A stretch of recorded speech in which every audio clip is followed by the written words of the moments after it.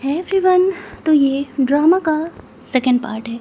इस पार्ट के स्टार्टिंग में हम लोग देखते हैं कि फौजी जब उसकी फैमिली को सबक सिखाता है, यहाँ पर वो बंदा अपनी गलती मानने के लिए तैयार नहीं था। वो कहता है कि एक्चुअल में इसी की फैमिली ने मुझे कहा था कि अगर मैं इनके कंपनी में 200 मिलियन का इन्वेस्टमेंट करूँगा तो ये लोग मुझे रोजी को मेरे हवाले कर देंगे। मुझे सच में नहीं पता था कि रोजी तुम्हारी वाइफ है। अगर ऐसा पता होता तो मैं ऐसा कभी नहीं करता। और ये दोनों झूठ बोल रहे होते हैं कि ये बंदा रोजी को पसंद करता था और खुद ही उनके पास आया हुआ था। रोजी से वो लोग रिक्वेस्ट कर रहे होते हैं कि वो लोग जाने दें। इस बंदे की तो कंपनी बैंकरप्ट कर चुका था फौजिन। वो रोजी से पूछता है कि तुम्हें अपने फैमिली के बारे में क्या डिसीजन लेना है। कहीं फौजिन उनकी भी कंपनी को बैंकरप्ट ना कर दें, ये सोच करके उस लड़के की तरफ वो लोग रोजी से रिक्वेस्ट करने लगते हैं कि रोजी प्लीज़ कुछ भी करो, फौजिन को बोलो कि हमें माफ़ कर दे, हमें जाने दें। मैं तुम्हारी अपनी माँ हूँ ना, भला मैं तुम्हें हर्ट करने के बारे में सोच सकती हूँ क्या। रोजी कहती है आज से मेरा और तुम्हारा कोई रिश्ता नहीं है, तुम मेरी असली माँ हो ही नहीं सकती हो। मेरे डैड के जाने के बाद मैंने तुम्हारी फैमिली से रिश्ता नाता तोड़ लिया। अगर मैं तुम्हारी अपनी बेटी होती तो तुम मेरे साथ कभी नहीं करती ऐसा। वो फूजिन को कह देती है कि कंपनी बैंकरप्ट हो जानी चाहिए। फूजिन तुरंत एक कॉल करता है और रोजी के डैड की कंपनी के शेयर्स डाउन होने लगते हैं।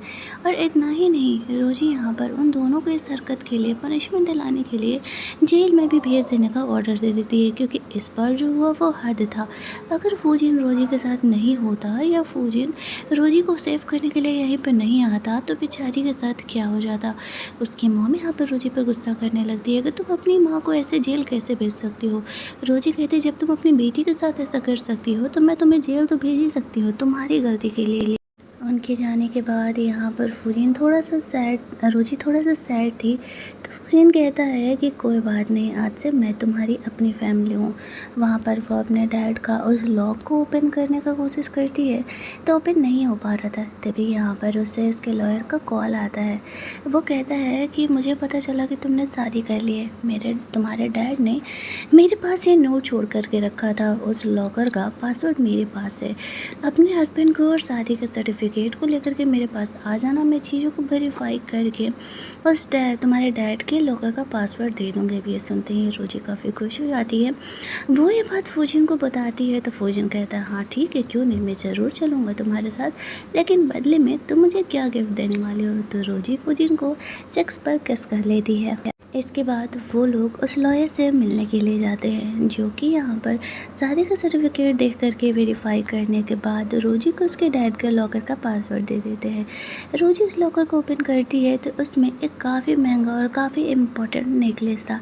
ये देख करके रोजी भी काफ़ी इमोशनल हो जाती है कि उसके डैड ने उसके लिए इतना इम्पोर्टेंट चीज़ छोड़ा है। वो लॉयर कहता है कि तुम्हारे डैड तुमसे बहुत प्यार करते थे और उनका यही लास्ट मैसेज था तुम्हारे लिए कि तुम हमेशा अपना ख्याल रखना और खुश रखना। ये देख करके रोजी रोने लगती है तो फूजिन उसे संभालता है और कहता है कि कोई बात नहीं, मैं रहूँगा तुम्हारे साथ हमेशा तुम्हारा केयर करने के लिए। वो लॉयर वहाँ से चले जाता है। यहाँ पर उसे कॉल आता है लू का। उसने यहाँ पर एनी की फैमिली को जेल से निकलवा लिया था। वो कहता है तुम्हारी हिम्मत कैसे हुई उसे जेल में डालने का। रोजी कहती है आज से अंकल कहने का आंटी कहने का आदत डाल लो, मैंने फौजिन से शादी कर लिया और तुम मुझसे पंगा अब नहीं लोगे तो ज़्यादा बेहतर है। लू यहाँ पर हंसते हुए कहता है और कि तुम्हें क्या लगता है फौजिन जो कि क्रिप्पल इंसान है वो हमेशा तुम्हें सेव कर पाएगा। रोजी कहती है वो देखा जाएगा और गुस्से में आकर के वो फ़ोन कट कर देता है। यहाँ पर फूजिन से कहता है लगता है कि मेरे भाई को सबक सिखाना ही पड़ेगा, शायद वो कुछ ज़्यादा ही उछलने लगा है। ये कहते हुए वो रोजी को प्यार से किस करने के लिए आगे बढ़ता है। तब इसको सेक्रेटरी कहता है आप लोग कंटिन्यू करो, मैं जाता हूँ यहाँ से। रोजी काफ़ी शर्माने लगती है।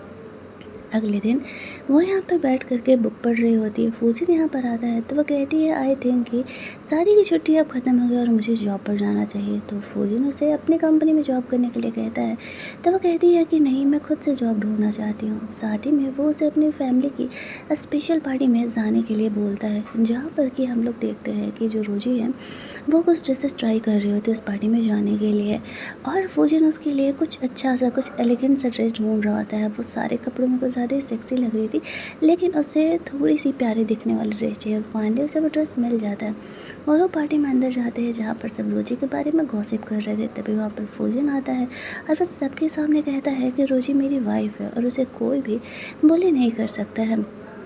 फिर उसे यहाँ पर बिज़नेस का कॉल आता है तो वो कॉल अटेंड करने के लिए चले जाता है। रोजी कहती है मुझे ये सब बातें सुनने की आदत है, तुम्हें फ़िक्र करने की ज़रूरत नहीं है, तुम जाओ अपना कॉल अटेंड करो, मैं यहाँ पर पार्टी एंजॉय करती हूँ। फिर वो कॉल अटेंड करने के लिए चले जाता है। रोजी जैसे ही कुछ खाने के लिए जाती है, यहाँ पर ये बिजनेसमैन आकर के उसे छेड़ने लगता है। रोजी जब उसे ऐसा करने से मना करती है तो वो कहता है अब इतनी भी हीरोइन बनने की ज़रूरत है, हम सबको पता है कि तुमने फूजन को कैसे पटाया, बट अफसोस कि वो सिर्फ एक क्रिपल्ड इंसान है, तुम्हारे लायक नहीं है, क्यों ना तुम मुझे फॉलो करो, नेम और स्टेटस में दोनों तुम्हें दिलाऊंगा।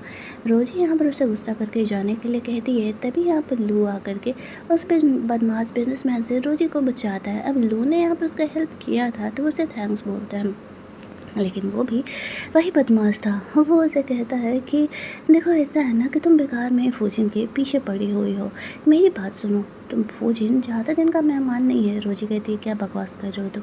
तो वो कहता है मैं तुम्हें एक सीक्रेट बताना चाहता हूँ, चलो साइड में, ज़रूरी बताऊँगा। अब बात फूजिन की थी तो रोजी पार्टी के दूसरे कॉरिडोर में चली जाती है उससे बात करने के लिए, जहाँ पर कि वो उसे बताता है कि आज से कुछ साल पहले एक मतलब उसके घर में आग लग गया था, जिससे कि उसकी लोअर बॉडी बहुत ज़्यादा इंसर्ट हो गई है और डॉक्टर के प्रिडिक्शन के हिसाब से उसके पास अब सिर्फ 5 ईयर्स से ज़िंदा रहने के, जिसमें से 4 साल तो बीत गए, अब बस सिर्फ 1 ही साल बचे हुए हैं। तो तुम क्यों है उसकी विडो बनना चाहती हो?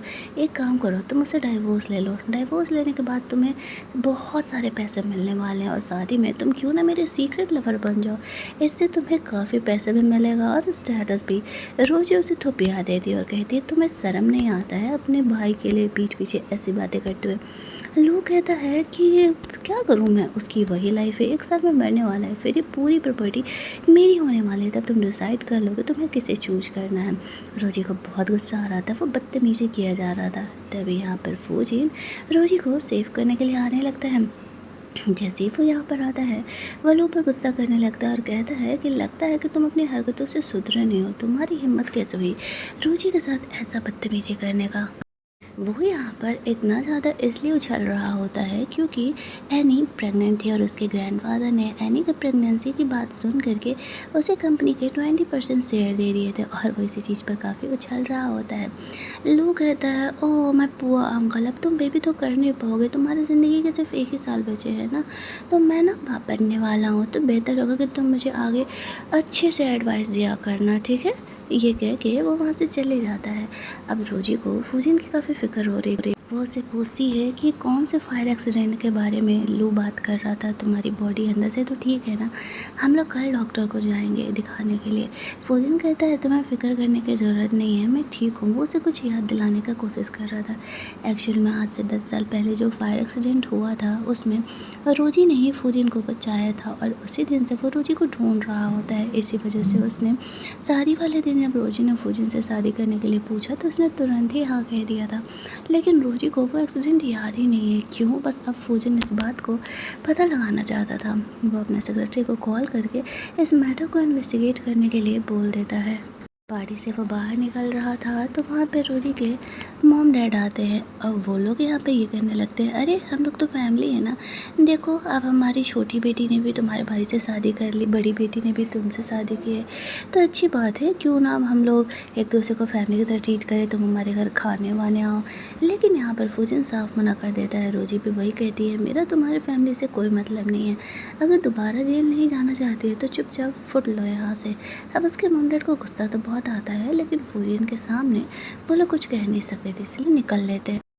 रोजी थोड़ी सैड थी, उसका इस दुनिया में कोई अपना रिलेटिव नहीं है, तो फूजिन उसे काम डाउन करते हुए कहता है मैंने कहा था ना कि मैं ही अब तुम्हारी फैमिली हूँ, मैं हमेशा से तुम्हारा ख्याल रखूँगा। यहाँ पर रोजी जब उसकी शर्ट के बटन सेट कर रही होती है तो फूजिन जानबूझ करके रोमांटिक हो करके उसके फॉरहेड पर किस कर देता है। वो कैसे न कैसे करके रोजी को खुद से प्यार कर रहा करके ही रहेगा।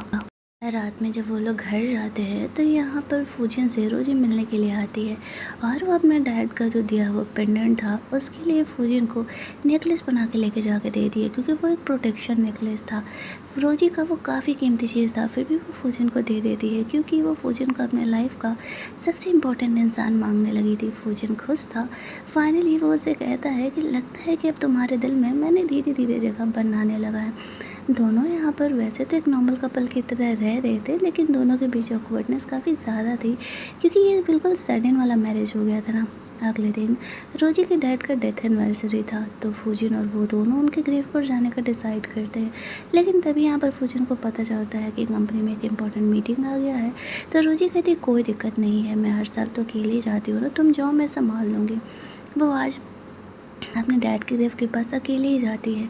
वहाँ से बात कर रही थी कि उसे फूजिन सच में अच्छा लगने लगा है, वो काफ़ी केयरिंग है, उसका काफ़ी ख्याल रखता है। ये सब कुछ बात करके वो लोग लौट रहे थे तो यहाँ पर उसके मॉम डैड आ जाते हैं। वो कहती है उसकी मॉम मुझे पता था तुम यहीं मिलोगी, तुम्हारे डैड ने जो ये फेक अच्छा होने का इमेज बना करके रखा है, तुम्हें क्या लगता है तुम्हारे डैड सच में काफ़ी अच्छे हैं? तुम्हारे डैड ने मुझे धोखा दिया था, तुम्हारे डैड ने मुझसे शादी की थी, उनका कहीं और अफेयर चल रहा था। जब तुम बॉर्न हुई तो वो हमें छोड़ करके जाना चाहते थे, लेकिन मैं डिवोर्स नहीं देना चाहती थी। फिर कार एक्सीडेंट में उनका डेथ हो गया। अगर तुमने फूजिन से हमारी कंपनी के लिए बहुत सारे पैसे नहीं मांगे तो मेरे पास जो उनका वीडियो है उनकी गर्लफ्रेंड के साथ, वो मैं इंटरनेट पर वायरल कर दूँगी। अब सोचो कि तुम्हारे डैड के मरने के बाद का क्या इमेज रह जाएगा। लेकिन रोजी उसकी बातों पर भरोसा नहीं कर रही थी। फिर भी यहाँ पे वो उन्हें एक वीडियो दिखाती है जहाँ पर कि उसके डैड उस लड़की के साथ बैठे हुए हैं।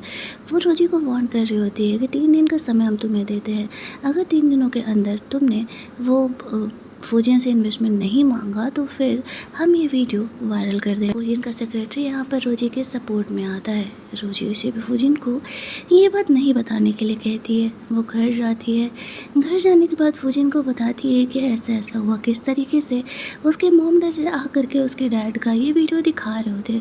मुझे नहीं लगता है कि मेरे डैड ने मेरी मॉम को धोखा दिया होगा, मुझे लगता है कुछ और बात है। तो फूजिन उसे काम डाउन करते हुए कहता है तुम एक्स्ट्रा स्ट्रेस मत लो, तुमने बस ये प्रॉब्लम मुझे बता दिया ना, इस प्रॉब्लम का सॉल्यूशन अब मैं खुद ही ढूंढूंगा। तुम्हारे डैड का क्या सच्चाई है मैं तुम्हारे सामने ला के रखूँगा, तुम्हारे डैड का इमेज नहीं ख़राब होने दूँगा। अगली सुबह रोजी जब वर्कआउट करके आती है तो देखती है कि फूजिन किसी से कुछ ज़्यादा ही लवी डबी तरीके से बात कर रहा है। उसे ऐसा लगने लगता है कि शायद फूजिन भी उसे धोखा दे रहा है, उसकी कोई और गर्लफ्रेंड है और वो उसके साथ चीट कर रहा है। तो वो सुन करके गुस्सा करके अपने कमरे में चली जाती है। फूजिन उससे बात करने के लिए जाता है तो देखता है कि रोजी अपने कपड़े पैक कर रही है। वो रोजी को कहता है कि तुम्हें जेलस हो रहा है। रोजी कहती है मुझे जेलस नहीं हो रहा, लेकिन अगर तुम्हारे लाइफ में कोई है तो मुझे थर्ड व्हील नहीं बनना है, तुम चाहो तो मैं तुम्हें डिवोर्स दे करके जा सकती हूँ। फूजिन मुझसे हक करते हुए कहता है कि तुम वाइफ हो मेरी, तुम्हें जितना मुझ पर गुस्सा आना है गुस्सा लो, लड़ना है लड़ लो, लेकिन डिवोर्स की बात मत करना। फूजिन यहाँ पर उसे एक्सप्लेन करता है तुम जो चीज़ समझ रही हो वैसा नहीं है, मेरी लाइफ में एज वुमेन सिर्फ तुम ही हो, बाकी तुम्हें जो डाउट है मैं खुद उस इंसान से तुम्हें मिलाने के लिए जल्दी लेकर के जाऊँगा। और ये वाला ड्रामा का पार्ट हमारा यहाँ पर कंप्लीट होता है। क्या इस कहानी में सेकंड फीमेल लीड की एंट्री होने वाली है, लव ट्रायंगल बनेगा या कोई और बात है, जानना है तो इस ड्रामा के थर्ड पार्ट में ज़रूर आना। ये पार्ट यहीं ख़त्म होता है, मिलते हैं हम लोग इस ड्रामा के अगले एपिसोड में।